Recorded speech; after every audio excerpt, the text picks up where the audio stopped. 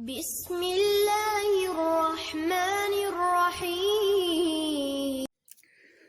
البقرہ۔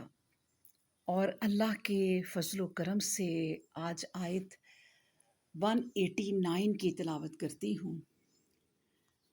اعوذ باللہ من الشیطان الرجیم، بسم اللہ الرحمن الرحیم۔ یسألونک عن الأہلۃ قل ہی مواقیت للناس والحج وَلَيْسَ الْبِرُّ بِأَن تَأْتُوا الْبُيُوتَ مِنْ ظُهُورِهَا وَلَكِنَّ الْبِرَّ مَنِ اتَّقَى وَأْتُوا الْبُيُوتَ مِنْ أَبْوَابِهَا وَاتَّقُوا اللَّهَ لَعَلَّكُمْ تُفْلِحُونَ۔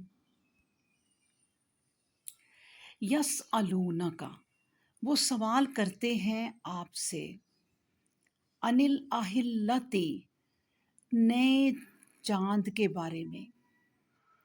کل کہہ دیجئے، ہیا وہ، مواقیت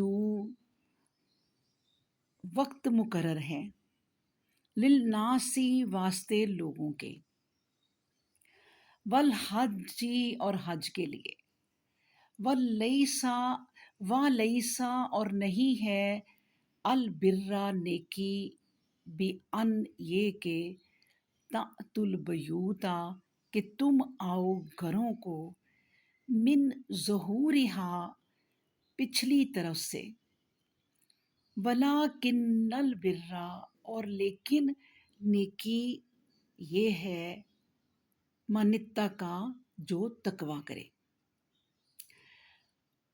وَأْتُوا اور آؤ تم، الْبَیُوتَ گھروں کو، من ابوابہا ان کے دروازوں سے،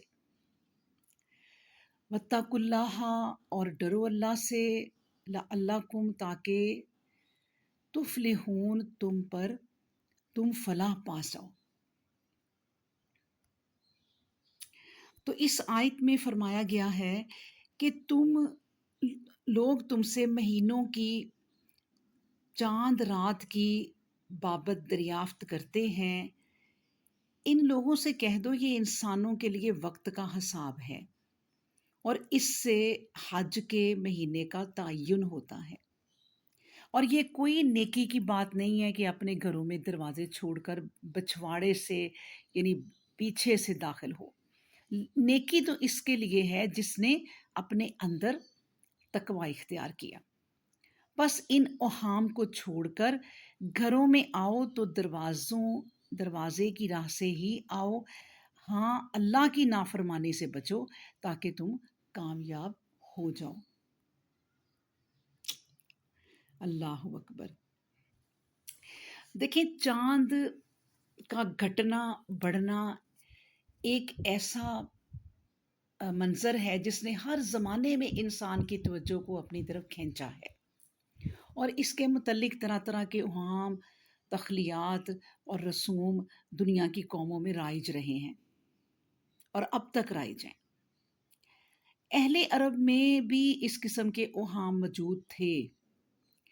چاند سے اچھے یا برے شگون لینا، بعض طریقوں کو خوش قسمتی والی اور بعض کو منحوس سمجھنا، کسی طریق کو سفر کے لیے اور کسی کو ابتدائے کار کے لیے اور کسی کو شادی بیاہ کے لیے منحوس یا مسعود خیال کرنا، اور یہ سمجھنا کہ چاند کے طلوع و غروب اور اس کی کمی بیشی اور اس کی حرکت اور اس کے گہن کا کوئی اثر انسانی قسمتوں پر پڑتا ہے۔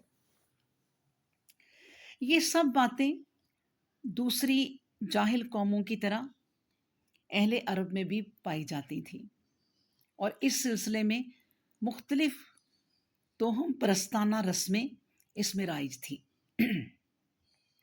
انہی چیزوں کی حقیقت نبی صلی اللہ علیہ وآلہ وسلم سے دریافت کی گئی۔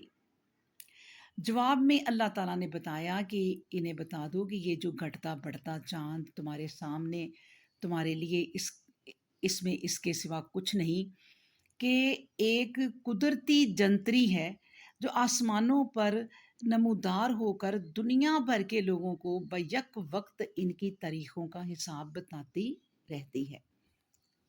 حج کا ذکر خاص طور پر اس لیے فرمایا کہ عرب کی مذہبی، تمدنی اور معاشی زندگی میں اس کی اہمیت سب سے بڑھ کر تھی۔ سال کے 4 مہینے حج اور عمرے سے وابستہ تھے۔ ان مہینوں میں لڑائیاں بند رہتی اور راستے محفوظ رہتے، اور امن کی وجہ سے کاروبار بھی فروغ پاتے تھے۔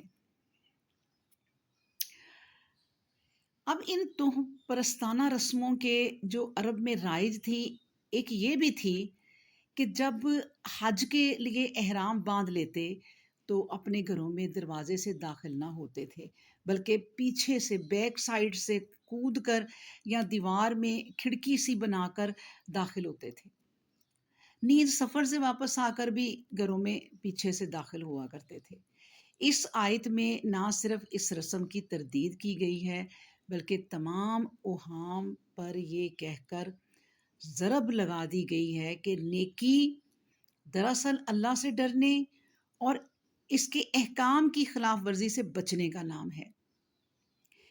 ان بے معنی رسموں کو نیکی سے کوئی واسطہ نہیں ہے، جو محض باپ دادا کی اندھی تقلید میں برتی جا رہی ہیں اور جن کا انسان کی سعادت و شقاوت سے کوئی تعلق نہیں ہے۔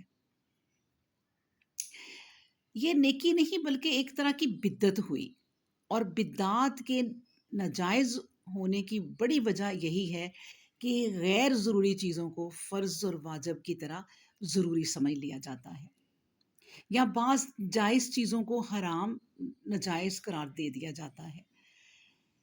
اس آیت سے ایسا کرنے کی ممانعت واضح طور پر ثابت ہو گئی، جس سے ہزاروں اعمال کا حکم معلوم ہو گیا، اور کتنی ہی اس طرح کی بدعات اور بدشگونیاں جو ہماری بدقسمتی سے مسلمانوں کے اندر آج بھی موجود ہیں، اور علماء سو ہیں جو ان کے جائز کرنے کی سندیں تلاش کر کے قوم کو ان پر پختہ کرنے پر لگے ہوئے ہیں۔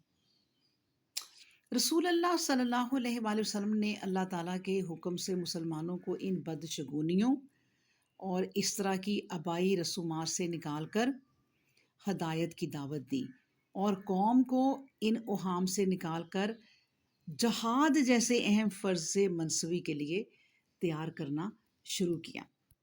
تو بس بتا دیا گیا کہ دیکھو ان چیزوں کو چھوڑ دو، اور واتقوا اللہ، اللہ سے صرف ڈرو، لعلکم تفلحون، تاکہ تم جو ہے فلاح پا جاؤ، تاکہ تم کامیاب ہو جاؤ دنیا میں بھی اور آخرت میں بھی۔